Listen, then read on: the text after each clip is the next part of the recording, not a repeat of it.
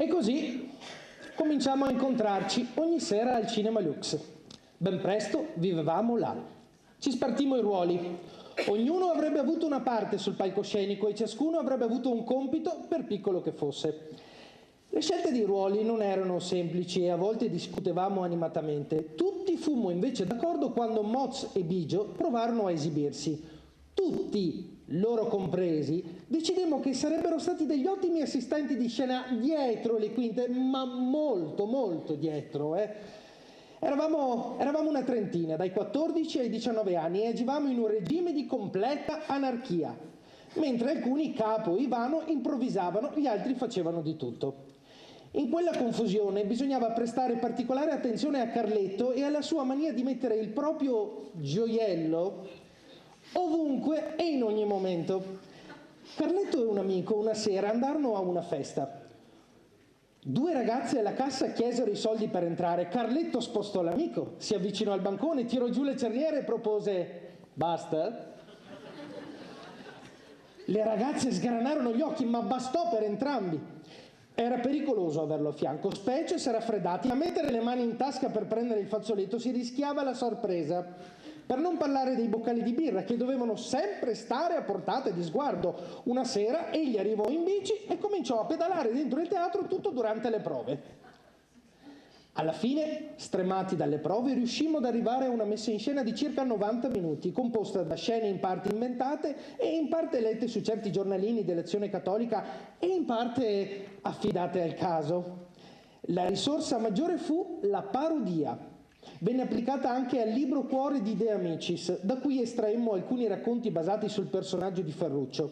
Contavamo molto su Ivano e su Capo. Venne disegnato il primo orrendo manifesto. Manitese presenta Homo Ridens, spettacolo di beneficenza, 22 dicembre 1984.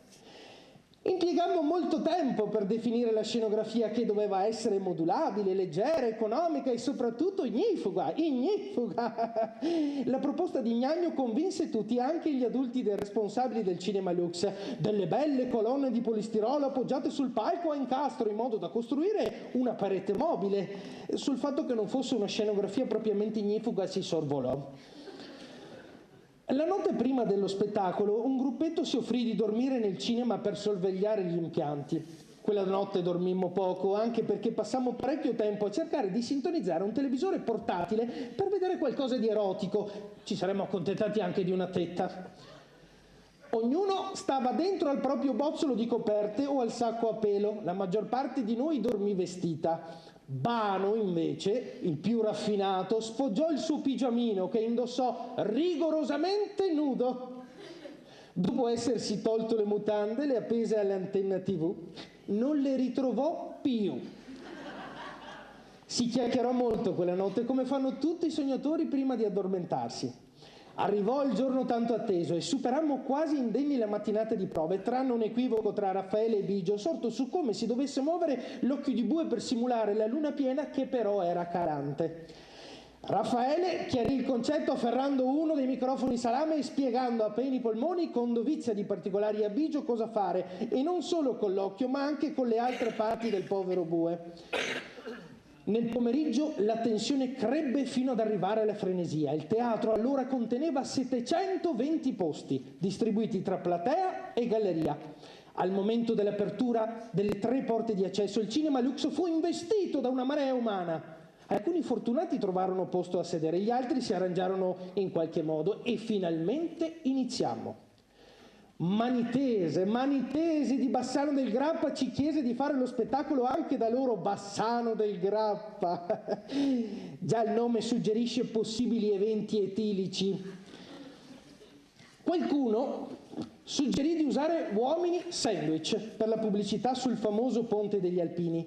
Il percorso era semplice, da un lato all'altro del ponte. I due prescelti furono Bigi e Scalz. Eseguirono alla lettera gli ordini, partendo da destra Grapperia Nardini, verso sinistra Grapperia Bassanina. A fine spettacolo andammo a recuperarli. Con i tabelloni avevano formato una rudimentale canadese e ci dormivano dentro. Qualche passante aveva messo degli spiccioli nel berretto di uno di loro.